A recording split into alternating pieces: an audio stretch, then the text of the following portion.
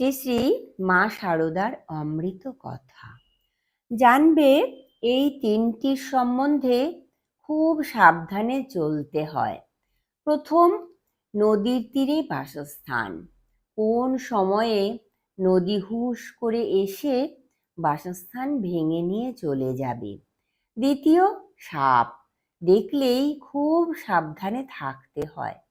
কখন এসে কামড়ে দেবে তার ঠিক নেই। তৃতীয়, সাধু, তাদের কোন কথায় বা মনের কোন ভাবে গৃহস্থের অমঙ্গল হতে পারে তা তুমি জানো না।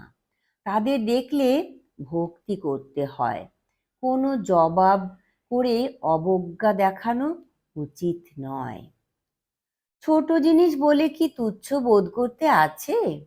যাকে রাখো সেই রাখে, আবার তো ওটি দরকার হবে।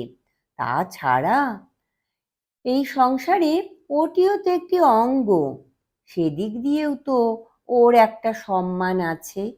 যার যা সম্মান তাকে সেটুকু দিতে হয়। ঝাঁটাটিকেও মান্য করে রাখতে হয়। সামান্য কাজটিও খুব শ্রদ্ধার সঙ্গেই করতে হয়।